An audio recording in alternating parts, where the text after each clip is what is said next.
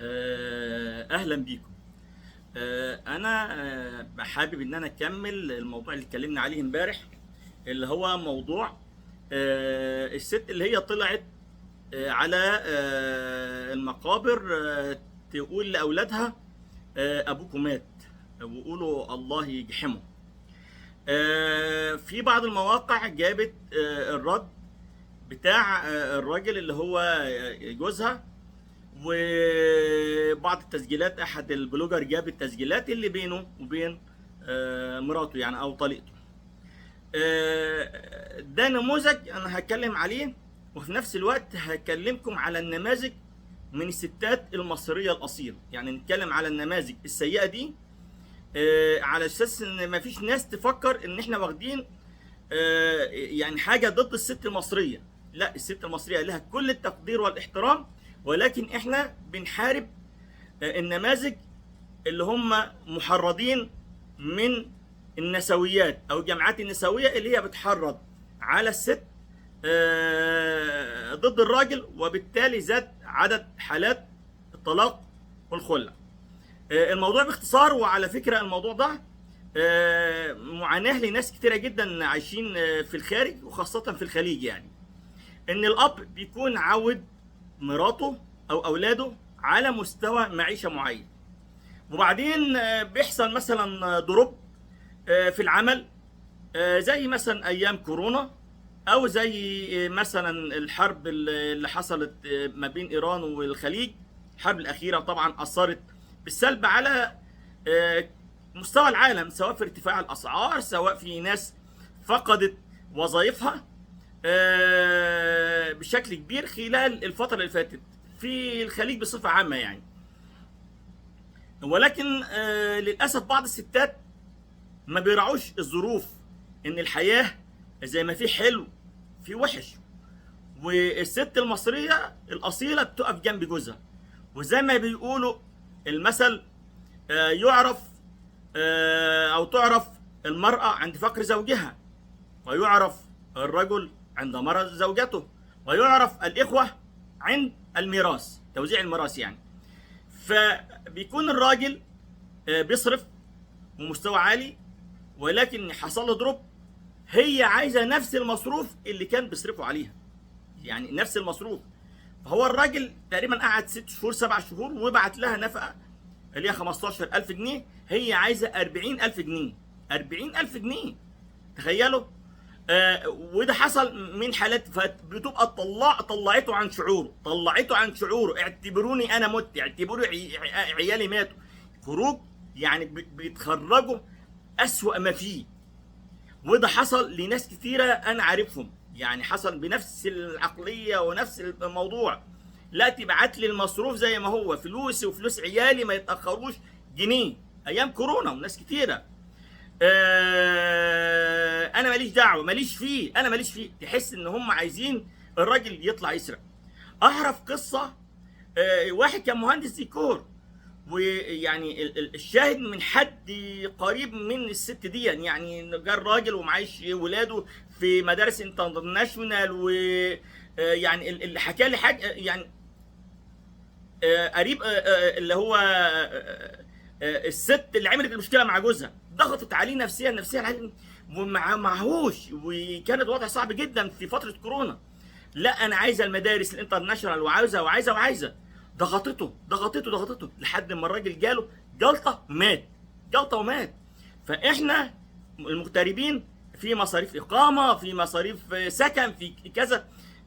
المغترب ما بيعرفش يتصرف من حد، لكن ممكن في بلده بيعرف يتصرف من هنا. مش كل الناس اللي في الخارج عايشين بمستويات دخل مرتفعه. في احيانا بتحصل دروب، ده الدول نفسها بيحصل يا جماعه فيها دروب، فما بالكم ان بيحصل للاشخاص دروب ويحصل مشاكل. فالست الاصيله ان هي بتقف جنب جوزها في محنته، زي ما كان بيديها مصروف عالي. وفي ستات على فكره برضو تانية اصيله وقفوا جنب ازواجهم وقت الازمه، يعني في ده موجود وده موجود. لكن اللي احنا بنقوله ان عشان المغترب ده عايش ولاده في مستوى عالي، ومدارس انترناشونال وما اعرفش ايه وكده، عايزين دايما هو نفس الدخل، ما بيصدقوهوش ان هو دخله قل. فدي طلعته عن شعوره، وفي نفس الوقت بعتله رسائل انا سمعتها لا حاجه سافله جدا. ومهما كانت الخلافات ما تطلعش ان الاب مات. يا جماعه انتوا بتطلعوا اطفال مشوهين نفسيا، وفي نفس الوقت دي نموذج للست حتى باينه في وشها، باينه في كذب.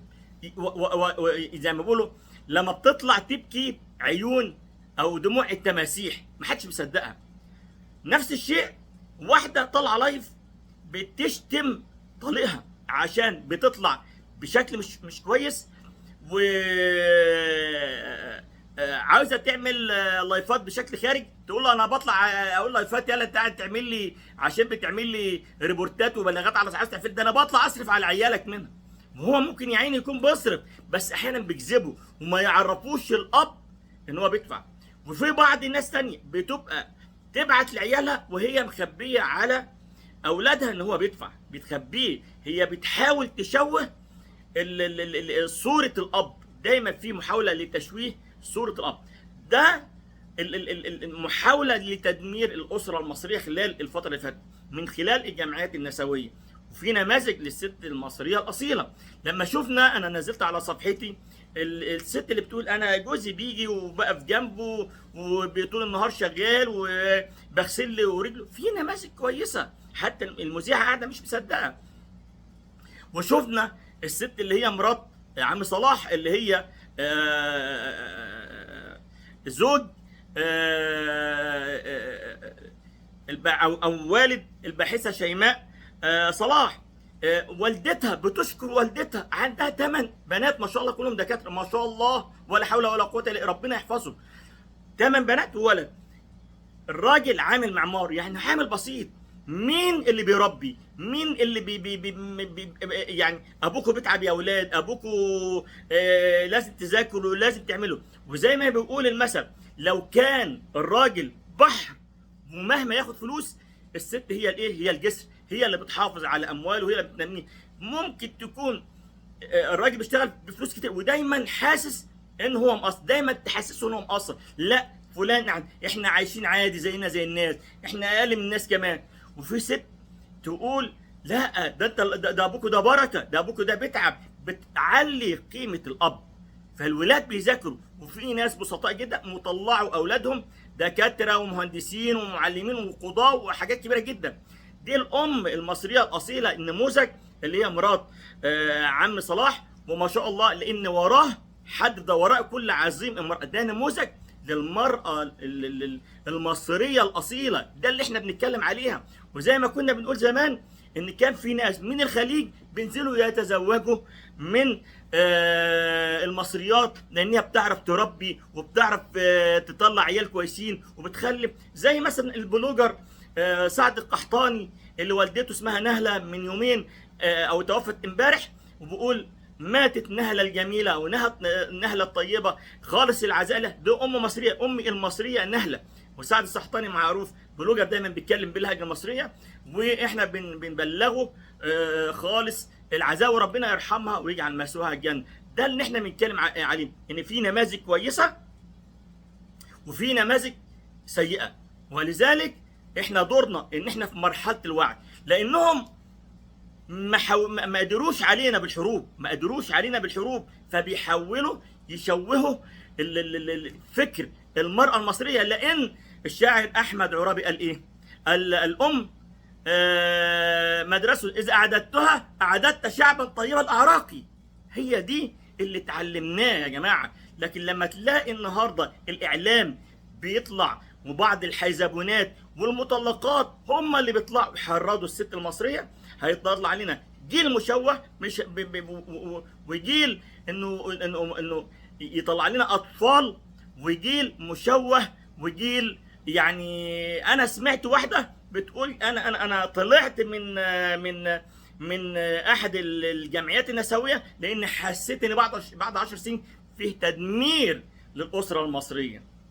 تمام. عشان كده يا جماعه احنا لازم يكون عندنا مرحله او عندنا يعني وعي ان احنا نوعي، وان احنا نحافظ على بلدنا ونحافظ على بناتنا ونحافظ على اولادنا، وان تعود الاسره المصريه الجميله زي ما كنا بنشوف في المسلسلات ايام زمان.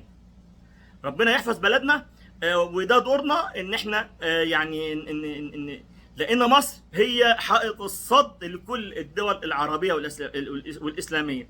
التفكيك هي المشكله كلها مصر، ومصر اذا وقعت لا قدر الله كل الدول لا قدر الله تقع. فمصر هي حائط الصد لكل الدول العربيه، فيحاربونا بايه؟ ان هم يفككوا الاسره المصريه، وده من خلال المراه المصريه، ويطلعوا لنا نماذج مشوهه للفتيات اللي بيطلعوا عاريات او كاسيات او عاريات، يطلعوا النماذج السيئه دي. فان شاء الله يعني ربنا يحفظ بلدنا ويحفظ بناتنا ويحفظ امهاتنا ويحفظ جيشنا ويحفظ رئيسنا ويحفظ كل الدول العربيه باذن الله. اشوفكم على خير، والى اللقاء في لايف جديد وحكايه جديده من حكاوي الكلال، في رعايه الله. سلام.